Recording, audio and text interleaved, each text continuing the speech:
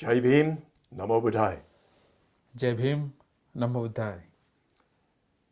So in this series we're looking at how to live the Buddhist life. तो हम इस प्रवचन की श्रृंखला में देख रहे हैं कि बौद्ध जीवन कैसे जिए। And we hope that through this series you will have a better understanding of what each of us needs to do.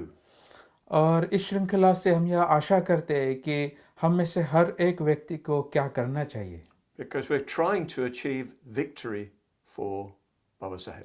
क्योंकि हम बाबा साहब की जो जीत है उसको हासिल करना चाहते हैं, So that we can say Jai Bhim with a full heart. ताकि हम तहे दिल से जय भीम कह सके। So what that means is working on ourselves first of all. इसका अर्थ क्या होता है कि सबसे पहली बात हमारे स्व के ऊपर, अपने आप के ऊपर कार्य करना, Then forming Dhamma community, Sangha with others. एक धम्म समाज का यानी संघ का निर्माण करना औरों के सहयोग से, And then thirdly, spreading Dhamma to others. और तीसरी बात संघ का प्रसार करना और लोगों तक धम्म पहुंचाना, And fourthly, trying to create a compassionate society, और चौथी बात करुणामयी समाज को निर्माण करना, especially through our own helpful activity for those who suffer. विशेषतः अपने कार्यों से उनके लिए काम करना जो लोग उत्पीड़ित है, दुखी है। If we can really put each of these into effect in our own lives, we will very much help to bring about a society of liberty, equality and fraternity. अगर हम में से हर व्यक्ति इन बातों को अपने जीवन में सक्रिय रखता है तो वाकई में समता, स्वतंत्रता और बंधुता मूलक समाज निर्माण हम कर सकते हैं। In this present talk, we're going to be looking at how we work on ourselves. तो अभी के इस प्रवचन में हम यह देखने वाले हैं कि कैसे हम अपने आप को परिवर्तित कर सकते हैं, And we'll be following that through in the next talk. और दूसरे प्रवचन में भी हम इसके ऊपर अधिक बातें उजागर करेंगे।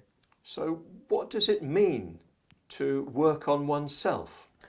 अब इसका अर्थ क्या होता है जब हम कहते हैं स्व के ऊपर कार्य करना? For instance, a bodybuilder does weight lifting. जैसे कि कोई पहलवान है, कसरत करता है, In a way, you could say he or she is working on themselves. एक प्रकार से कह सकते हैं कि वो अपने ऊपर कार्य कर रहे हैं, But that's not what we mean.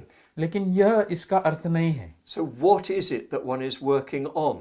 तो ये इसका अर्थ क्या है जब हम कहते हैं कि कोई अपने आप के ऊपर कार्य कर रहा है? Well, primarily, it's the mind that we're working on. प्राथमिक बात इसमें यह है कि हम हमारे मन के ऊपर कार्य करते हैं। You remember from the last talk that Baba Sahib said that caste is a notion, a state of mind. अब आपने पिछले प्रवचन से यह देखा होगा कि मैंने कहा था कि जाति जो है यह मन की धारणा है, And what mind creates, mind can undo. और क्या मन तैयार करता है, मन इसे नष्ट कर सकता है। So if you want to get caste out of your mind, then you need to change your mind. तो अगर आपको मन से जाति को उखाड़ फेंकना है तो आपके मन को बदलना होगा। If you want to get caste out of your mind, you have to get rid of the whole system of thought that supports caste. तो अगर आपके मन से आपको जाति बाहर उखाड़ फेंकना है तो वह सारी विचारों की पद्धति जो जाति को उजागर करती है या सहारा देती है, उसे हमें बदलना होगा। So you have to replace a caste mind with a mind of liberty, equality and fraternity. तो आपको यह जो जाति मूलक मन है इसे समता, स्वतंत्रता और बंधुता मूलक मन बनाना होगा। And this is essentially what the work begins with. और यहीं से इसका जो सार रूप जो कार्य है शुरू होता है। This is where we must start. यही से हमने शुरुआत करनी चाहिए।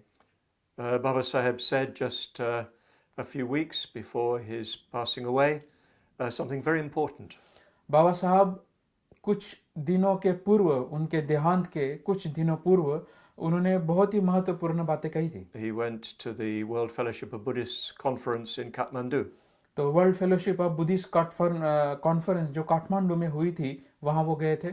And there he said that the greatest thing that the Buddha has taught the world is that the world cannot be transformed except by the transformation of the mind. Sorry, reformed except by the reform of the mind. बाबा साहब ने उस सम्मेलन में बहुत महत्वपूर्ण बात कही थी कि हमारा मन तब तक पुनर्निर्मित नहीं हो सकता, हम दुनिया को पुनर्निर्मित तब तक नहीं कर सकते जब तक हम हमारे मन को पुनर्निर्मित नहीं करते. So without the reform of our minds and the minds of the world cannot be reformed. हमारे अपने स्वयं के मन को पुनर्निर्मित किए बगैर हम दुनिया के मन को पुनर्निर्मित नहीं कर सकते उसके परिवर्तन के लिए. Well, the mind we have to begin with is the one that we have. अब कौन से मन से या किस मन से इसकी शुरुआत करें, वह मन हमारा मन होगा. It's the only mind that I have some control over is my own. तो अब किसी मन के ऊपर अगर मेरा नियंत्रण है दुनिया में तो वह मन मेरा है. I can't transform his mind. मैं इनके मन को बदल नहीं सकता. I can't transform your minds. मैं आपके मन को नहीं बदल सकता. But I can work to transform, to reform my mind. लेकिन मैं मेरे मन को पुनर्निर्मित कर सकता हूँ, मैं मेरे मन को बदल सकता हूँ. So the whole of Buddhism begins with the reform of the mind. बौद्ध धर्म की शुरुआत ही मन के पुनर्निर्माण से होती है. Of course, conversion itself is a reform of the mind. हम ऐसा कह सकते हैं कि धर्मांतरण ही मन का पुनर्निर्माण है. When Baba Sahib stood before those lakhs of people at the Diksha Bhumi and said Buddhang Saranam Gacchami, it's a big reform of the mind. जब बाबा साहब खड़े हुए दीक्षा भूमि पे और लाखों अनुयायियों को उन्होंने यह कहा कि बुद्धं शरणं गच्छामि, वहाँ एक नए मन का पुनर्निर्माण हुआ, नए मन का गठन हुआ. And a big change in the mind of the people who recited those words after him. और उनके शब्दों के पश्चात उन शब्दों का जिन्होंने अनुकरण किया उनके जीवन में परिवर्तन आया. Because when you say Buddhang Saranam Gacchami, Dhammang Saranam Gacchami, Sanghang Saranam Gacchami, you're saying something very important and new and different. तो जब हम बुद्धं शरणं गच्छामि, धम्मं शरणं गच्छामि या संघं शरणं गच्छामि कहते हैं तो हम कोई भी नई बात और बिल्कुल अलग बात हम कहते हैं. You're saying I cannot be identified by caste. आप ऐसा कहते हैं कि मेरी जाति से कोई पहचान नहीं है. I can only be identified as a human being. मैं केवल एक इंसान के रूप में ही अपने आप की पहचान कर सकता A हूँ. free, equal member of the human community. एक मुक्त समान सदस्य मानवीय समाज का. A human being with the potential even to become a Buddha. एक ऐसा मानव जो ऐसी क्षमता रखता है कि बुद्धत्व की भी प्राप्ति कर सकता है. So when you say that with real conviction, it makes a big change in your whole being. तो आप जब इस बात को सही कटिबद्धता से कहते हैं तो आपके पूरे अस्तित्व में एक परिवर्तन आता है. And it's the basis for the whole reformation of the mind, that commitment. और ऐसी कटिबद्धता ही आपके मन के पुनर्निर्माण की नींव होती है. When you make it, when you say it, you will feel a big difference yourself. जब आप अपने आप के लिए कहते हैं एक बड़ा परिवर्तन या बदलाव हमारे मानसिकता में आता है. I'm sure many of you recognize this yourselves. मुझे विश्वास है कि आप में से कई लोगों का यह अनुभव होगा. And you remember Baba Sahib saying that he felt as if he'd been released from hell.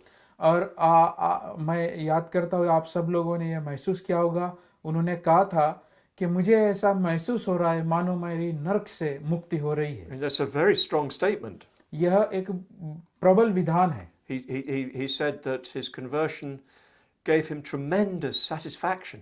वे ऐसा कहते हैं कि इस परिवर्तन से या धर्मांतरण से उनको एक गहरा समाधान प्रदान हुआ है, मिला है. Because he'd rejected that old way of seeing things. क्योंकि जो पुरानी जो धारणाएं थी चीजों को देखने की उनको उन्होंने बदला था. And he felt completely different about himself, completely different about the world. और उन्होंने पूरी तरह अपने आप के बारे में और दुनिया के बारे में अलग समझा. So that conversion itself is a very great step. तो यह धर्मांतरण अपने आप में एक महान कदम था, But it's not a step taken just once. लेकिन यह ऐसा कदम नहीं है जो केवल एक बार उठाया जाता है। You don't go for refuge to the Buddha and Dhamma and Sangha just once. Buddha Dhamma और संघ को हम केवल एक बार शरण गमन नहीं करते, You have to do it again and again and again. हमें इसे बार बार करना होता है। Every time you say those words, you need to put new meaning into them. हर बार जब आप शरण गमन करते हैं तो उसमें एक नया अर्थ डालना होता है। You need to turn more radically away from the old mind. आपको एक यानी क्रांतिकारी पद्धति से पुराने मन को छोड़ना होता है, एक नए मन को लाने के लिए। That's the meaning of those first 6 or 7 pratigyas. तो यही अर्थ है 22 प्रतिज्ञा में जो पहले 6-7 प्रतिज्ञाएं जो है, They're the rejection of the old mind and the taking on of a new mind. तो यह पुराने मन का नकार है और एक नए मन को लाने की प्रतिज्ञा है। If you want a new mind, you have to let go of the old. अगर आपको नया मन चाहिए तो आपको पुराना मन छोड़ना होगा। It's like climbing a ladder. जैसे कि हम किसी सीढ़ी को चढ़ते हैं, You can't go higher until you let go of the lower. आप सीढ़ी की नई पायदान तब तक नहीं चढ़ सकते जब तक उसकी पुरानी पायदान को आप छोड़ते नहीं। You can't hold on to the lower and go higher with the other hand. आप पुराने उस पायदान को पकड़कर उस सीढ़ी के ऊपरी पायदान तक पहुंचोगे, ऐसा नहीं हो You सकता। just won't make any progress. उसमें हमारा कोई भी विकास नहीं होगा। So the first big reform of the mind is identifying yourself as one who goes for refuge to the Buddha, Dhamma and Sangha. तो सबसे बड़ा पुनर्निर्माण मन का वह होता है जहां हम हमारे मन को उस चीज से पहचानते हैं जो बुद्ध धम्म और संघ को शरण गमन करता है। This is why it's so important to say those refuges and precepts daily. इसीलिए महत्वपूर्ण है कि हम दैनंदिन रूप से रोज हम पंचशील और शरण गमन करें। Well, particularly the going for refuge formula. जिसे हम शरण गमन कहते हैं। Or you can say it, of course, in other forms like the Tiratana Vandana or whatever. या आप किसी दूसरे माध्यम से भी कर सकते हैं, जैसे जिसे हम त्रिरत्न वंदना कहते हैं। But you need to commit yourself on a daily basis. लेकिन हमारी कटिबद्धता रोज होनी चाहिए। And you need to realize that going for refuge is not complete until you become the Buddha. और आप इस बात का भी साक्षात्कार कर लीजिए या मान लीजिए कि हमारा शरण गमन तब तक पूरा नहीं होता जब तक हम स्वयं बुद्ध नहीं बनते। We need to remember that you go for refuge. हमें इस बात को याद रखना चाहिए कि हम शरण गमन करते हैं, शरण गमन यानी हम चलते हैं उस मार्ग पर। It's an action. यह कृति है। So that needs to be carried out daily. इसलिए यह कृति हमें रोज करनी होती है। Because of course we've got old habits. निश्चित ही हमारी जो आदतें हैं वह पुरानी आदतें हैं। We exist in a world which has other influences. हम ऐसे दुनिया में अभी रह रहे हैं जहाँ अन्य बहुत सारे प्रभाव हैं। Some of those influences are from the old way of thinking.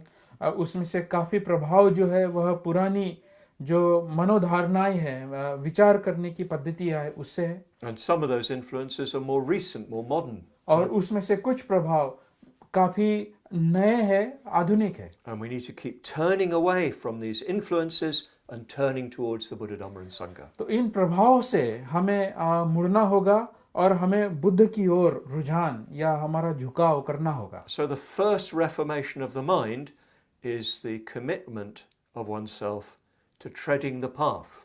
तो सबसे पहला शरण गमन या कटिबद्धता मन के पुनर्निर्माण के कार्य में यह है कि हम उस मार्ग पर चले। I've often thought what a bold and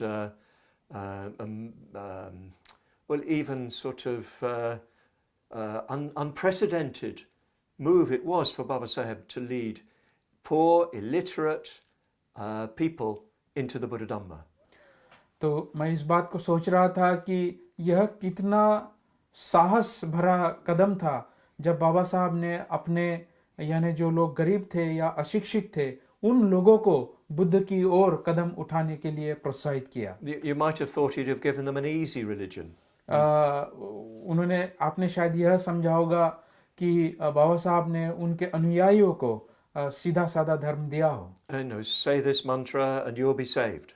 ऐसा उन्होंने नहीं किया कि आप ये मंत्र कह दीजिए और फिर आपका संरक्षण हो जाएगा। Do this action and everything will be all right. आप यह कृति कीजिए और हर चीज अच्छी हो जाएगी। Believe this and you will be saved. आप इसके ऊपर विश्वास रखिए और फिर आप सुरक्षित रहेंगे। But no, he gave his people, he gave us a religion that asks us to work on ourselves.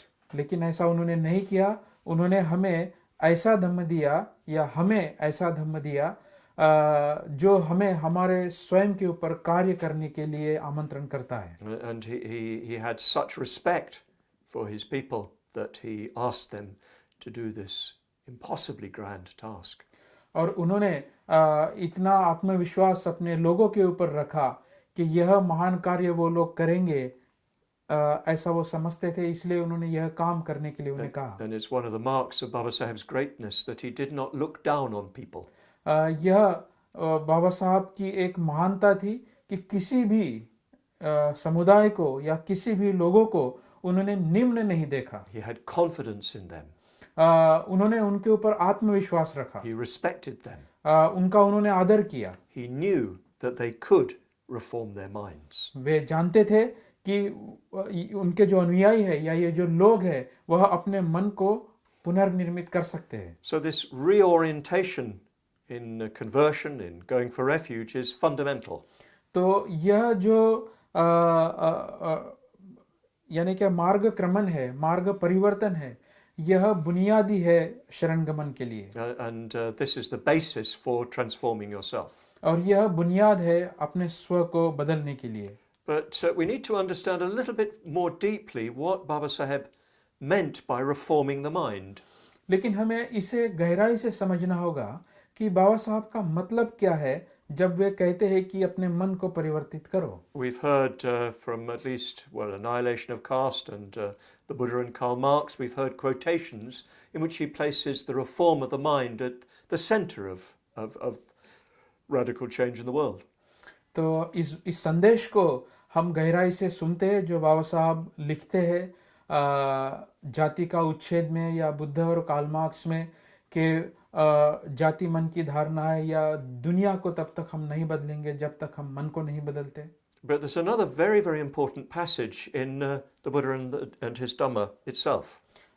लेकिन और एक परिच्छेद हमें मिलता है बुद्ध एंड हिज धम्मा जहां बाबा साहब ने इसे लिखा है। This is in the section in the first book, which is called Comparison and Contrast. It's part 7. तो सातवें भाग में जो तुलना और विरोधाभास इस यानी भाग में बाबा साहब ने बुद्ध एंड हिज धम्मा में लिखा है। And he talks about what the Buddha rejected from the culture around him. इस भाग में बाबा साहब इस बात की बात करते हैं कि बुद्ध ने किन बातों को नकारा। And then he talks about what he modified in the traditions he inherited. और जिस परंपराओं को उन्होंने स्वीकारा उसमें बाबा साहब ने यह लिखा है कि किन बातों को बुद्ध ने पुनर्निर्मित किया। And then he talks about what he accepted. और फिर बाबा साहब इस बात की बात करते कि क्या बुद्ध ने स्वीकारा। This time he didn't accept them from the religion he inherited. तो इस यहाँ पर उन्होंने जिस धर्म से वो आते हैं उस धर्म को उन्होंने स्वीकारा नहीं। These are distinctive features of the Buddha's teaching. तो यह जो बातें हैं यह बातें बुद्ध धम्म की या उनकी शिक्षाओं के विशेष लक्षण हैं। And they're not found in any other religion at that time. उस वक्त के यानी बुद्ध के वक्त के किसी भी धर्म में इन बातों को नहीं देखा गया या नहीं पाया गया। And Baba Saheb has very rightly identified these as the chief features of the Buddha's religion. और बाबा साहब ने बहुत उचित तरीके से या सही तरीके से बौद्ध धर्म के जो लक्षण है उन लक्षणों को उन्होंने पहचाना। So he says the first distinguishing feature of his teachings lay in the recognition of the mind as the center of everything. तो बाबा साहब यहाँ पहली बात यह करते हैं कि सबसे पहला जो लक्षण है बुद्ध के शिक्षाओं का वह यह है कि इस बात को पहचानना कि मन ही सभी चीजों का या सभी चीजों का केंद्र स्थान है, the center of everything. हर चीज का केंद्र स्थान। But that really takes some thinking about. अब इस बात को यानी हमें कुछ प्रयास डालने होंगे समझने के लिए। And then he quotes from the Dhammapada, the first verses of the Dhammapada. और यह जो बात है धम्मपद के पहले गाथा से आती है। Mind precedes things, dominates them, creates them. मन ही सभी चीजों का उगम है, मन ही सभी चीजों का प्रभाव है और मन से ही सारी चीजों की निर्मिति होती है। If mind is comprehended, all things are comprehended, अगर comprehended, understood. हाँ, अगर मन ने अगर सभी चीजों को समझा तो सारी चीजें समझी जा सकती है। If mind is comprehended, all things are comprehended. अगर मन चीजों को समझता है तो फिर सारी चीजों को समझा जा सकता है। So, what does this mean? अब इसका अर्थ क्या होता है? Well, for instance, I'm talking to you now. जैसे कि अभी मैं आपसे बात कर रहा हूँ, You're listening to me. आप मुझे सुन रहे हैं। Well, you're probably listening to Maitreya Nagarjuna. शायद आप मैत्रीवीर नागार्जुन को सुन रहे हैं। Maitreya is translating. मैत्रीवीर अभी भाषांतर कर रहा है। Well, in every case, mind is directing what's happening. लेकिन हर क्षण में मन जो है वह निर्देशित कर रहा है कि क्या हो रहा है। That the basis for my words is my mind. मेरे शब्दों की बुनियाद मेरा मन है The basis for his translation is his mind. और मेरे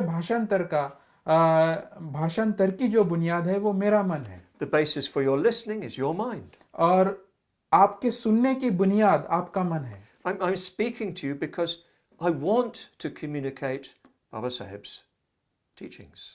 अब मैं आपसे बात इसलिए कर रहा हूँ कि मैं बाबा साहब के शिक्षाओं को संवादित करना चाहता हूँ। I have that mental desire. मेरी ऐसी मनीषा है यानी मेरी ऐसी मानसिक इच्छा है।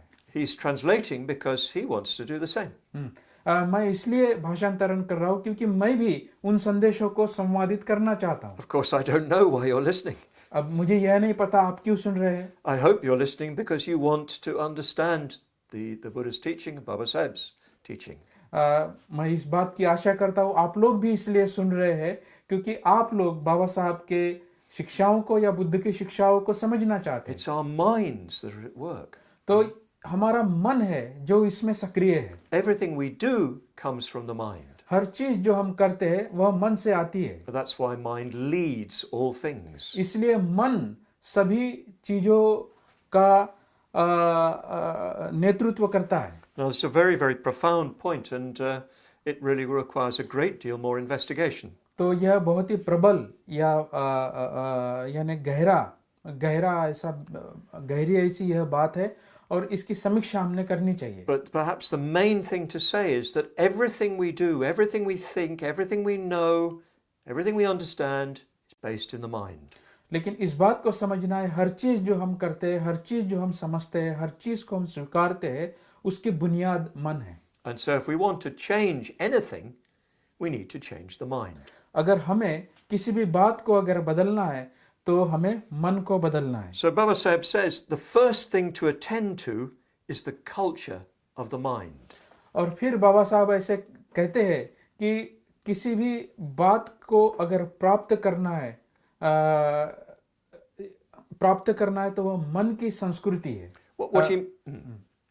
But it's not samskruti really here. What he means by culture here is cultivation, development. तो संस्कृति कल्चर यह जो शब्द है यहाँ इसका अर्थ संस्कृति करके नहीं है लेकिन उसे संस्कारित करना, उसे निर्मित करना, इससे उसके बढ़ोतरी करना इससे है। The first thing to attend to is developing your mind. पहली बात जो हम करते हैं वह हमारे मन का विकास हम करते हैं। So, well, what is mind? अब मन क्या है? In a way, it's difficult to say because it's very easy to understand. पहली बात तो यह है कि यह बहुत कठिन है इसे कहना क्योंकि इसे समझना आसान है। We've all got minds. अब हमारे सबके पास मन है, We all know what the mind is, even though it's difficult to express in words. हम सबको पता है हमारे पास मन है, हम जानते हैं मन है, भले ही इसे शब्दों में कहना कठिन है। Mind, in the end, is the knowing aspect of our experience. अब मन अंततः वही है जो हमारे अनुभव को जानने की जो बाजू है, उसे समझने की जो बाजू है, उसे मन कहते हैं। Something appears out there. कोई तो भी बात ऐसी प्रदर्शित या दिखती है बाह्य रूप से, There seems to be a world around us. जैसे हमें दिखता है कि इर्द गिर्द कोई दुनिया हमारे पास है, There's even a world of my body. जैसे कि मेरे शरीर की अपनी एक दुनिया है। But then there's the mind that illuminates all that, लेकिन मन जो है इन बातों को जानता है, that allows us to know it. यह हमें सम्मति देता है इसे जानने के लिए। And the nature of our mind, the way our mind is set up, determines how we experience and how we act. और जिस प्रकार से हम मन को जानते हैं वह मन निर्धारित करता है कि निर्देशित करता है, निर्धार करता है कि कैसे हम कृति करें। So if we can transform the mind, if we can reform the mind, well, our experience will be very, very different. तो अगर हम अपने मन को पुनर्निर्मित कर सकते हैं तो हमारे अनुभव अलग होंगे। So the Buddha says that, Baba Sahib says that the Buddha's teaching is distinguished by its emphasis on the mind. तो बुद्ध ऐसा कहते हैं कि मेरी शिक्षा का एक विशेष लक्षण यह है कि मैं मन के ऊपर जोर देता हूँ। It's not on God. यह ईश्वर के ऊपर निर्भर नहीं है। It's not on nature.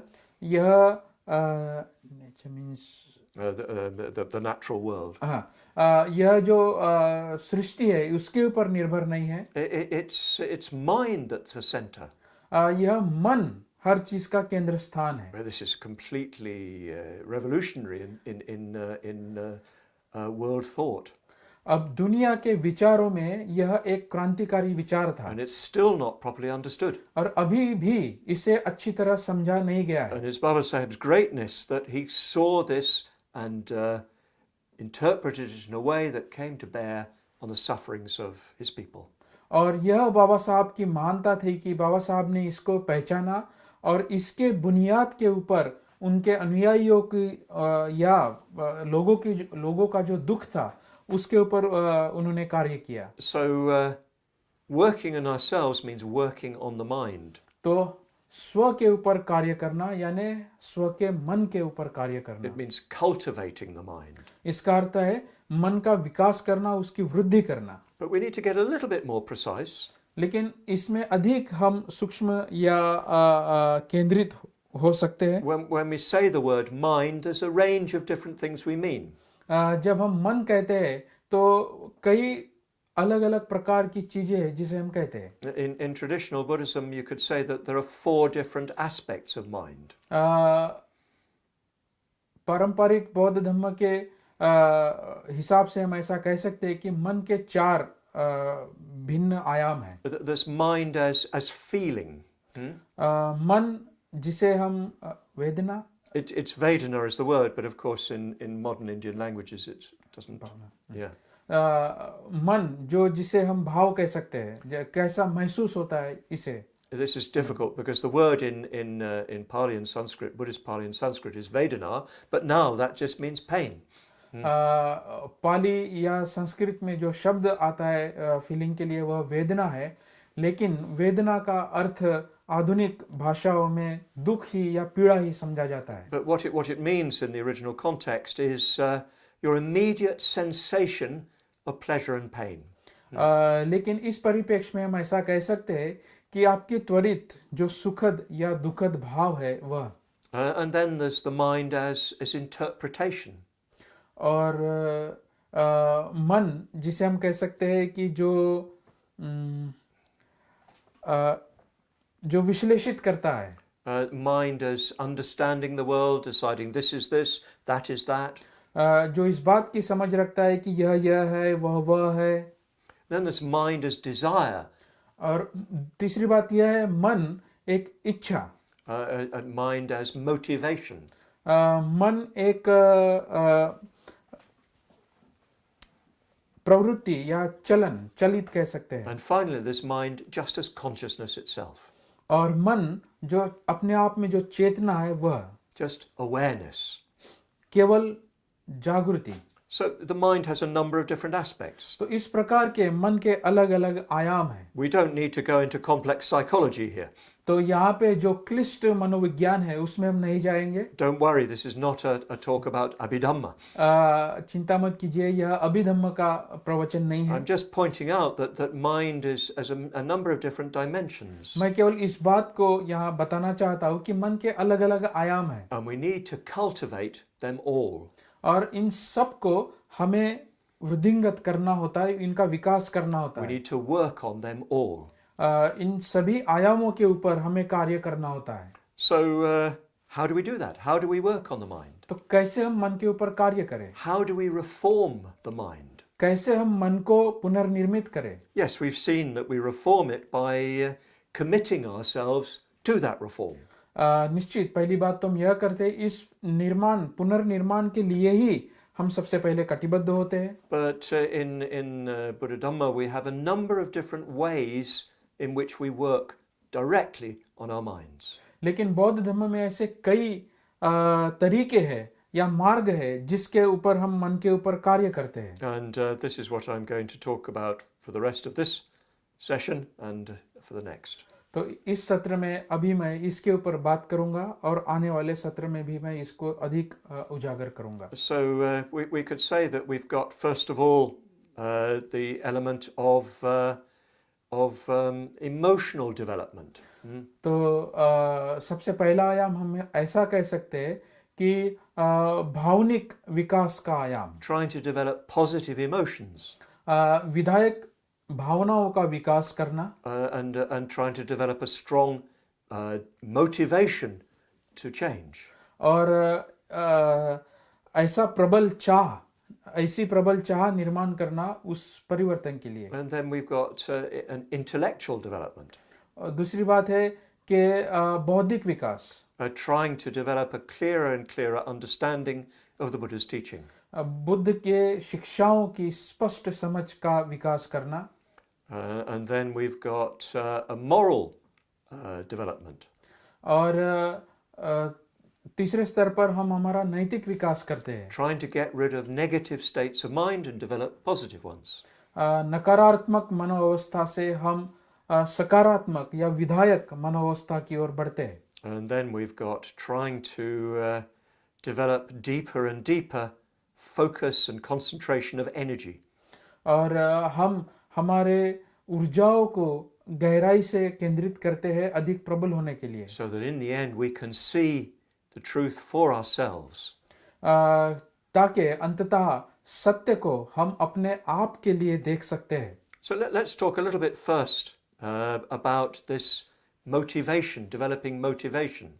तो आइए सबसे पहली बात जो मैंने कही उसके ऊपर बात करते हैं, वो है कि प्रेरणा क्या है या उसके लिए जो हम प्रोत्साहन देते हैं वह प्रोत्साहन क्या है। I've already talked about daily recitation of the refuges and together with the precepts. मैंने कहा है कि रोज दैनंदिन रूप से हमने त्रिशरण पंचशील कहना चाहिए, So that you develop a very strong commitment, a deepening commitment. ताकि आपकी जो कटिबद्धता है वह अधिक गहरी हो। But it's very useful indeed, very powerful indeed, to establish a daily practice with a murti of the Buddha in front of you. अब यह अपने आप में एक गहरा या प्रबल आचरण है कि आप बुद्ध रूप को आगे रखें और वहाँ आप त्रिशरण और पंचशील कहें। A picture of Baba Sahib, बाबा साहब का वहाँ चित्र हो, so you can remember him and remember what he has done. ताकि आप बाबा साहब को याद करें, आप इस बात को याद करें कि क्या बाबा साहब ने किया। When you see the Buddha in front of you, you can think, well, this is my teacher, जब आप बुद्ध को अपने आगे देखते हैं तो आप देखते हैं कि यह मेरे गुरु हैं। this is Baba Sahib's guru, Buddha बाबा साहब के गुरु है, this is my ideal. यह मेरे आदर्श है। What the Buddha attained, I too can attain. क्या बुद्ध ने जिसे प्राप्त किया उसे मैं भी प्राप्त कर सकता हूँ। The Buddha isn't just a teacher who gives you liberation. Buddha ऐसे गुरु नहीं है जो आपको केवल मोक्ष या ऐसी कोई मुक्ति प्रदान करते हैं या देते हैं. You remember Baba Sahib says that the Buddha is not a moksha datta but a marga datta. अब आपको याद होगा बाबा साहब ने कहा था कि बुद्ध मोक्षदाता नहीं है, मार्गदाता है. And he shows the path to be like him. और बुद्ध उस मार्ग को हमें दर्शाते हैं जो उनके जैसा ही हमें बनाता है, ऐसा वो मार्ग बताते In the हैं. Buddhist thinking, we can all become Buddhas. बौद्ध विचार में या बौद्ध दर्शन में ऐसा कहा जाता है कि हम सब लोग बुद्ध बन सकते हैं. And of course, there's a huge amount of work to do to get there. और वहाँ पहुँचने के लिए बुद्धत्व की प्राप्ति करना यह एक कठिन कार्य है, एक बहुत बड़ा कार्य है. But we can make those steps right now. लेकिन यह काम की शुरुआत, इस काम की शुरुआत हम अभी कर सकते हैं. And even if we don't become a Buddha, we can become more like a Buddha. भले ही हम बुद्ध ना बने, लेकिन कम से कम हम बुद्ध के जैसे बन सकते हैं. If we work on our minds, we will. अगर हमने हमारे मन के ऊपर कार्य किया तो हम शायद वो बन सकते So हैं. when you see the Buddha in front of you, you're not just seeing the teacher. तो जब आप बुद्ध के समक्ष या उनके आगे बैठते हैं तो आप केवल गुरु को या अपने शिक्षक को देख रहे हैं, ऐसा नहीं है. You're seeing yourself. आप अपने आप का रूप आप वहां देखते हैं. You're seeing yourself as you can be, as you will be. आप अपने आप को ऐसा देखते हैं कि ऐसे आप हो सकते हैं, ऐसे आप बन सकते हैं. If you really make the effort, you will become like the Buddha. अगर आपने प्रयास किए तो आप बुद्ध के जैसे बनोगे. So you try to develop a setting where you really feel this strongly. तो हम इस प्रकार का वातावरण निर्माण करते हैं जहाँ पे हम ऐसे भावनाओं को प्रबल रूप से महसूस करें. The stronger you feel, the more effort you will make. जितने प्रबल आप बनते हैं उतने अधिक प्रयास आप करते हैं. You know what it's like sometimes when young people are trying to study. अब आपको पता होगा कि जब युवा लोग पढ़ाई करते हैं तो क्या होता है. They don't want to study. अब बच्चे जो है या जो युवा जो है वो पढ़ाई नहीं करना So they चाहते. do anything but study. तो हर चीज वो करते हैं पढ़ाई छोड़कर. And because they don't want to study, well, it's very hard for them to do so. चूंकि वो पढ़ाई नहीं करना चाहते, पढ़ाई करना उनके लिए काफी कठिन काम होता है. But if somebody has a very strong desire, a mental desire to study, they'll study easily. लेकिन अगर किसी बच्चे के पास पढ़ाई करने की प्रबल इच्छा हो तो फिर वो आसानी से पढ़ाई करेगा. So if we really want to become like the Buddha, well, we gradually will do so. तो अगर हम वाकई में बुद्ध के जैसा बनना चाहते हैं तो हम वैसा करना शुरू करेंगे. But the more we focus on the Buddha and Baba Sahib as his principal teacher for us, then the more we'll become like the Buddha. अगर हम बाबा साहब के ऊपर केंद्रित करते हैं जो उनके मुख्य गुरु है तो हम उनके जैसे बनना शुरू कर सकते हैं. When you think about something, you become a little bit like that. जब आप किसी के बारे में सोचते हो तो आप उनके जैसा बनना शुरू होता है. So it's really good, really important that on a daily basis you do some small vandana. तो इसलिए यह महत्वपूर्ण है कि दैनंदिन रूप से आप कुछ हद तक वंदना कीजिए. Baba Sahib was very well aware of the importance of this. बाबा साहब इस बात को भली भांति जानते थे. And that's why he published a chanting book. इसलिए उन्होंने बौद्ध पूजा पाठ इस किताब का निर्माण किया. And we know that he had in mind a book about images and rituals and ceremonies. और हम इस बात को भी जानते हैं कि बाबा साहब के मन में वह किताब लिखना भी यानी वह किताब लिखने की भी उनकी मनीषा थी जहाँ पे बौद्ध